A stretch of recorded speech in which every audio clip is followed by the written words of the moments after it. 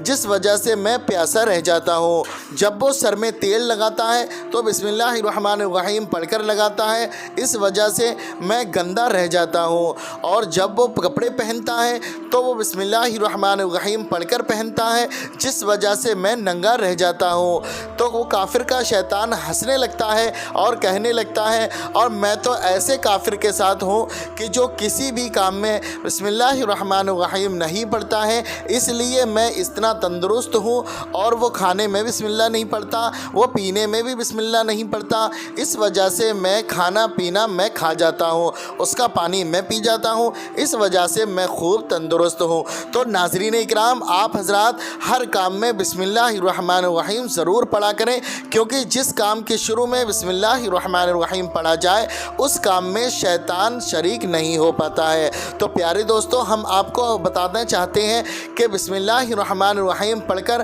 آپ کتنے اور کیا کیا فائدے حاصل کر سکتے ہیں۔ پیارے دوستو، اگر کسی بندے کا بڑا مقصد ہو، وہ مقصد پورا نہ ہوتا ہو، تو وہ لاکھ کوشش کرنے کے باوجود بھی اس کا کام پورا نہ ہو رہا ہو، تو وہ شخص 786 مرتبہ بسم اللہ الرحمن الرحیم روزانہ پڑھا کرے۔ کتنے بھی وقت، کسی بھی وقت پڑھ سکتا ہے، چاہے فجر کی نماز کے بعد پڑھ لیں، چاہے ظہر کی نماز کے بعد پڑھ لیں، چاہے عصر کی نماز کے بعد پڑھ لیں، چاہے کسی بھی نماز کے بعد پڑھ سکتا ہے، یا اس کے علاوہ رات میں بھی پڑھنا چاہتا ہے تو رات میں بھی پڑھ سکتا ہے۔ کسی بھی وقت 786 مرتبہ بسم اللہ الرحمن الرحیم پڑھیں، اول آخر میں 7 مرتبہ درود پاک پڑھیں، پڑھنے کے بعد رب کی بارگاہ میں اس مقصد کے لیے دعا کریں، 7 دن تک لگاتار کریں، انشاءاللہ تبارک و تعالی اس کا کتنا بھی بڑا مقصد ہوگا 7 دن میں ہی انشاءاللہ تبارک و تعالی اس کا مقصد پورا ہو جائے گا۔ اور ناظرین اکرام،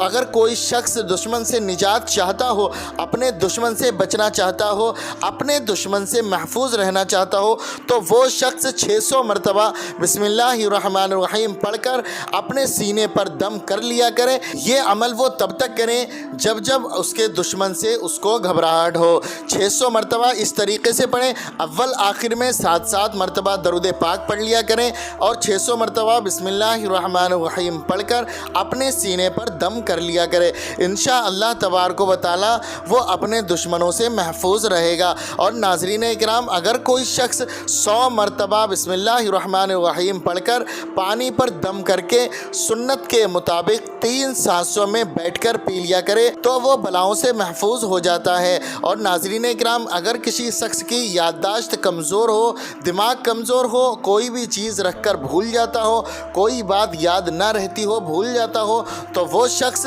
پانی کے گلاس پر 786 مرتبہ بسم اللہ الرحمن الرحیم پڑھے، اول آخر میں 7 مرتبہ درود پاک پڑھے، 786 مرتبہ بسم اللہ الرحمن الرحیم پڑھ کر اس پانی پر دم کیا کرے اور اس پانی کو بیٹھ کر 3 سانسوں میں پی لیا کرے۔ انشاءاللہ تبارک و تعالی بہت ہی جلد ہی اس کی یادداشت مضبوط ہو جائے گی اور اس کا دماغ تیز ہو جائے گا۔ اور پیارے دوستو، اگر کسی شخص کی اولاد نہ ہوتی ہو اور اولاد ہوتی ہو تو وہ محفوظ نہ رہتی ہو، انتقال ہو جاتا ہو یا نافرمان ہو جاتی ہو، تو وہ شخص بھی 61 مرتبہ بسم اللہ الرحمن الرحیم پڑھ کر پانی پر دم کیا کرے اور اس پانی کو 3 سانسوں میں پی لیا کرے۔ یہ عمل روزانہ 40 دن تک کرے، مرد بھی کر سکتے ہیں، لیکن پانی اس عورت کو پینا ہے جس کے اولاد نہ ہوتی ہو یا اولاد ہوتی ہو تو ختم ہو جاتی ہو۔ اور ناظرین اکرام، اس کا ایک فائدہ یہ ہے،